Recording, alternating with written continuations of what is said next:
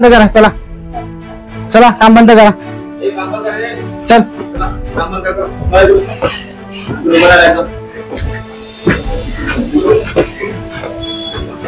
तू काय करलं, काम बंद करा.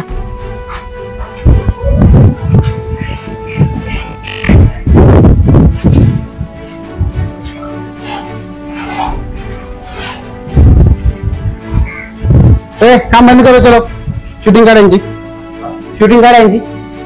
काम बंद करा, चला बाहेर, चलो काम बंद करो, चलो निघलो फटाफट. बांधकाम स्थगित असतानाही एवढं काम चालू आहे. चलो बंद करो, चलो निघलो, अजून वरती पण आहेत. चलो चलो काम बंद करो, कभी आने का नहीं. कंप्लीट करेगा तुम्हारा प्रॉपर्टी हमारा है, होईल तुमच्यावर. चला काम बंद करा. होय होय काम बंद करो, चलो काम बंद करा, चला नहीं तो कार्रवाई होगा, पुलिस स्टेशन जाना पड़ेगा. हाँ चलो चलो निकलो.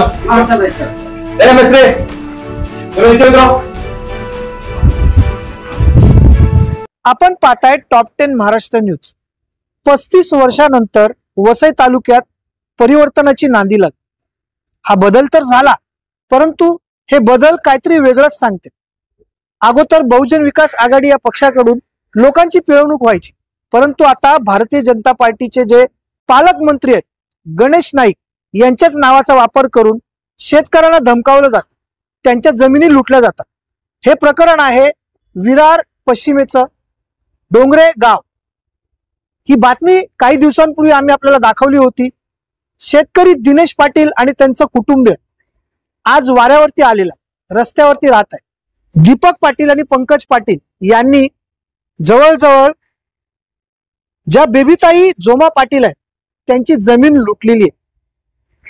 200हून अधिक त्या ठिकाणी घरं बांधलेली आहेत, भल्या मोठ्या इमारती बांधलेल्या आहेत, परंतु त्यांचा हिस्साच त्यांना दिलेला नाही.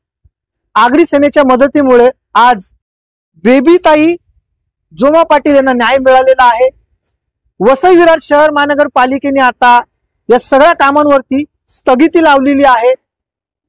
दिनेश पाटील आणि त्यांच्या कुटुंबियांनी जाऊन त्या ठिकाणी काम बंद केले. पाहूया या संदर्भातली टॉप 10 महाराष्ट्र न्यूज चॅनलची ही खास बात. जगन्नाथ लक्ष्मण पाटील यांनी या जागेवर बनावट कागदपत्र तयार करून आम्हाला मोबदला देण्यासाठी आम्हाला प्रत्येक भावंडाला 20% भागीदारी म्हणून काम सुरू केले. त्यामध्ये त्यांनी 200 फ्लॅट 15 गाळे बांधले, पण आजपर्यंत आम्हाला एकही फ्लॅट किंवा गाळा दिलेला नाहीये. आणि दीपक पाटील आणि पंकज पाटील यांनी आमच्या बनावट सह्या करून बँकेमध्ये खोटी अकाउंट ओपन करून त्याच्यामध्ये लाखो रुपयाचे गैरव्यवहार केलेले आहेत आणि आम्हाला न सांगता ते लोक भरपूर प्रमाणात आमचं नुकसान करत आहे. कारण होताना आम्ही भरपूर ठिकाणी हातपाय हलवले, पण आम्हाला कोणीच मदत केली नाही. नंतर आम्ही आगरी समाजाच्या कार्यालयात गेलो आणि त्यांच्याकडे मदत मागितली, तेव्हा त्यांनी आम्हाला संपूर्ण सहकार्य केले आणि आमच्या पाठीशी खंबीरपणे उभे राहिले. त्यामुळे आज आम्हाला कुठेतरी न्याय मिळाला आहे. त्यामुळे आगरी सेनेच्या आम्ही भरपूर आभारी आहोत. पण आणि माझी एकच कळकळीची विनंती आहे गणेश नाईक साहेबांना, तर त्यांनी या प्रकरणातून आम्हाला न्याय मिळवून द्यावा, स्थानिक भूमिपुत्रांना वाचवावं आणि आम्हाला योग्य तो न्याय मिळवून द्यावा. आगरी सेनेच्या प्रयत्नामुळे बेबीताई पाटील यांना कुठेतरी न्याय मिळालेला आहे, परंतु बदल झाल्याच्या नंतर देखील नेत्यांकडून ही वागणूक जर शेतकऱ्यांना मिळत असेल तर त्यांनी काय करायचं.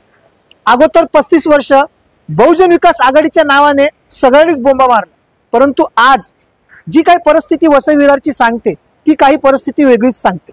आपल्याला हे सर्व विषय काय वाटतं कमेंटच्या माध्यमातून आपली प्रतिक्रिया आम्हाला नक्कीच कळवा.